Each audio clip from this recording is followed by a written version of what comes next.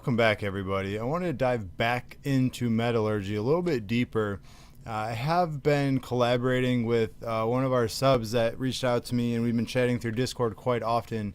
And I got to give most of the credit, if not all of this, to him. So he goes by the username S Nestle or Snestle on Discord, and he first reached out and sent me what he had through an Excel sheet, a breakdown of all the points that you would achieve or acquire from dropping any grade, legendary, or epic equipment into the guild storage. And then on top of that, the metallurgy points as well, right? What would you get for smelting each individual piece of equipment, and kind of the overall strategy based on what you're trying to achieve for your individual gameplay. So with that being said, I want to hop back in here and kind of just go over the basics again for you a little bit.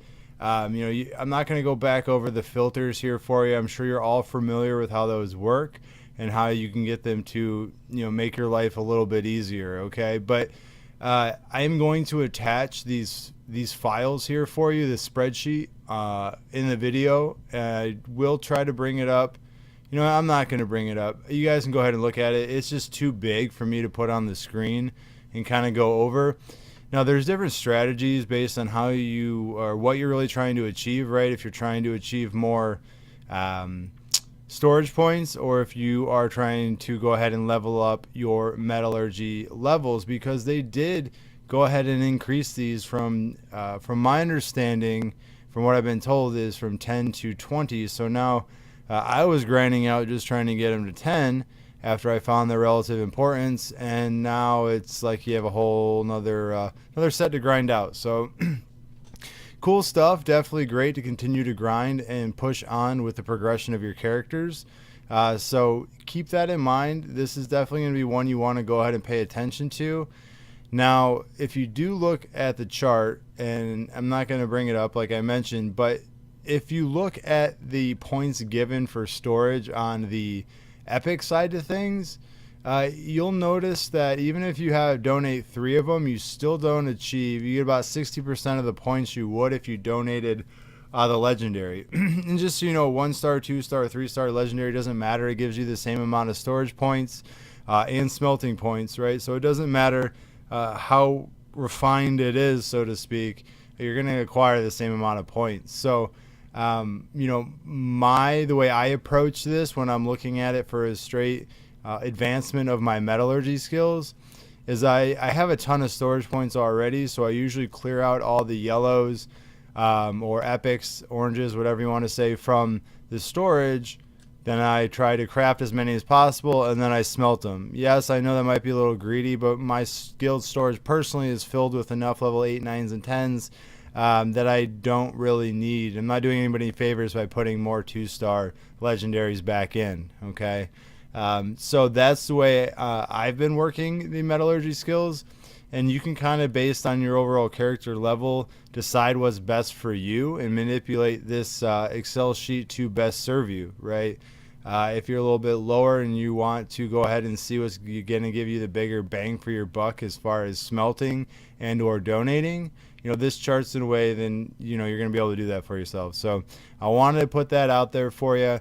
Other than that, there's not a whole lot new to the metallurgy concept. The basics, the rares, the blues, the purples, go ahead and smell. They're pointless, as it is anyway, as far as the usefulness in the game. Anything that is epic, that's not 3 stars, of course, go ahead and smelt. Anything 1-star red, or 1-star legendary, I highly recommend you smelt it. Donating to storage unless you're really low on points is kind of a waste, right? The overall goal is to increase your character's strength, BR, resilience, right? So you're not doing yourself any favors by gaining storage points unless you're really trying to acquire something out of there. But as you notice and may have noticed, once you get up to a certain height of level, you're really not in need of those points as drastically as you were early on, trying to gain gear and catch up to maybe some of the stronger players in your guild. So my advice to you is, if you have an excess of points, keep an eye on the storage, pull out the abundance of extras that aren't really needed, right? So if you have 3/4 of your storage is all level 9 2-star legendary equipment, and you have a couple million storage points, pull them out and smelt them. Over the long run, either the vice leader or the leader is going to end up batch sorting those out for points for the guild anyways, so you might as well do yourself the favor instead of having to hunt down all of that equipment for you. Okay, so again, dive into the spreadsheet. If you have any questions about it, please comment below. And I want to give another shout out to Nestle or Snestley. We chat almost every day about the game, and he's got a lot of great ideas and more to come. But I wouldn't be doing this video without him, and I wouldn't have this information without him. So it was definitely a nice collaboration. I filled in some of the higher levels. He came in with the majority of level 1 through 9, which I didn't have access to at that time, being a little bit higher level. So it worked out perfectly. So kudos to you, and thanks everybody for watching.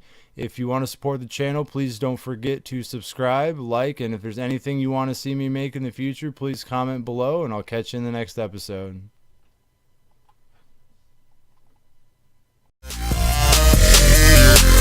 La la la.